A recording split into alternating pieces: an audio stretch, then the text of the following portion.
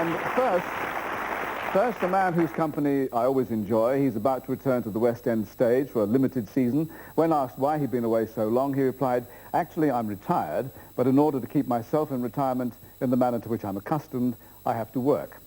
And that's the way he looks at things. Ladies and gentlemen, Dave Allen.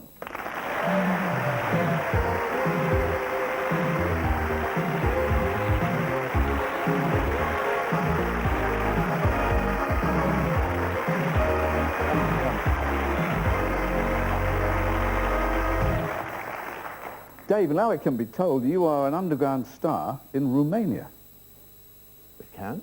But how did you discover this? I don't know. Somebody came over from once Romania had been slightly liberated, and it turned out that they'd been flogging these shows around. They weren't shown openly. They were black market.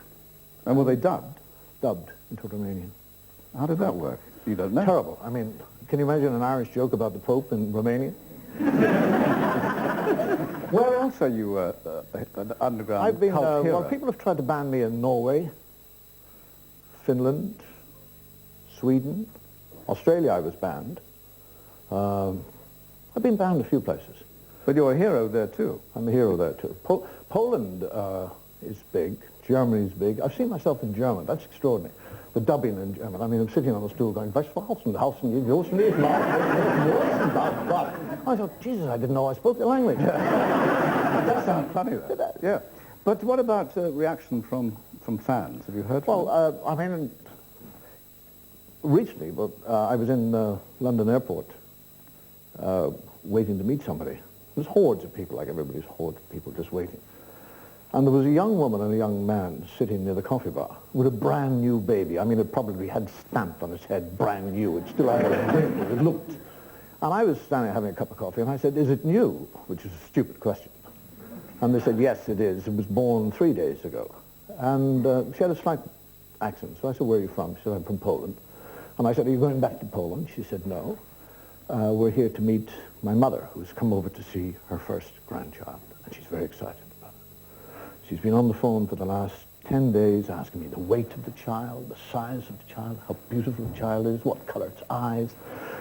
And this sounded marvelous. So I said to her, when you go to meet your mother at the barrier, do you mind if I just, because I like to observe, do you mind if I just stand behind you and look over your shoulder and watch the mother when she sees the baby's face? So we did. And this large lady is kind of wandering through, and I said, "Is that your mother?" And she said, "Yes, that's her." So we all waited for this. And the mother comes through the barrier and walks over to her daughter and looks at the baby and looks at her daughter and looks over her shoulder and sees me and goes, "Dave Allen!" and walked right by and grabbed a hold of me and moved. It's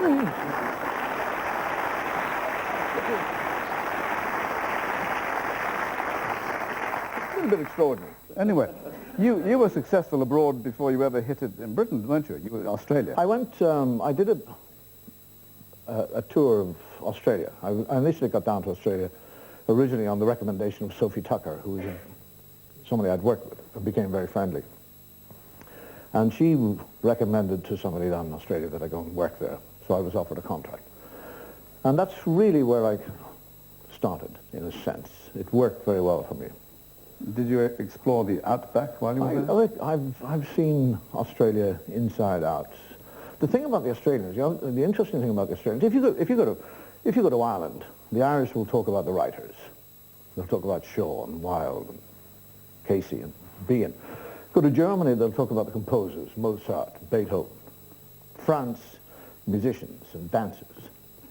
Australia, it's crocodiles, sharks, stingrays, spiders that leap out of the ground. They have the most, and they delight in telling you. I mean, I'd arrived in Sydney 2 days, and they're telling me about, because it's about 104 degrees, and I think I'm going for a swim. They're going, "Where are you going for a swim? You know the sharks? You can get taken by the sharks." And I said, "But surely, you know, there are shark nets." "Oh, yeah, but they'll get through the shark net." And I, Jesus. So I go swimming, and I'm like a periscope. My head is going around the thing. I believe if there's a shark out there, he's coming. Now, one of these Australians with one of these kind of sadistic sense of humor, this friend of mine, I'm swimming like this, going, where's the shark coming from? Because it's so hot, I got to get into the water. He swims underneath me. And as I'm swimming like this, he takes his fingernail and runs it down my crotch like I'm not joking you. I outdid Jesus. I was on the... I was in the car drive home.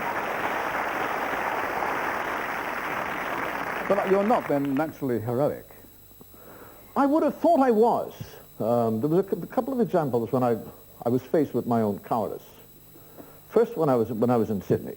First time I was in Sydney, and I met a woman, and I had a flat down on the beach, which was in a double-tier house.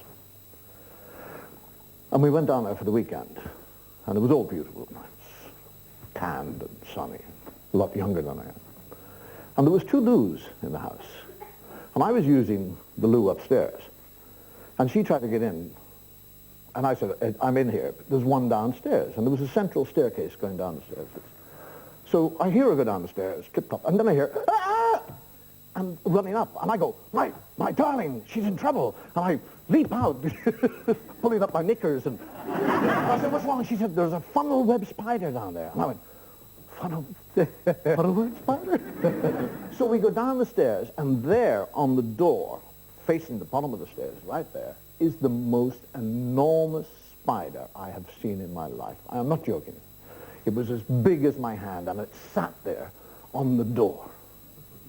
And I went, oh, Christ. What can I do? So there's a broom there. So I said, stand behind me.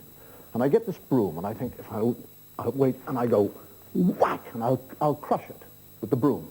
And I go, whack, and I miss it. I hit the door about a half an inch below the spider, who turns around and runs down the handle towards me. Now my heroism, I trample over this lady that I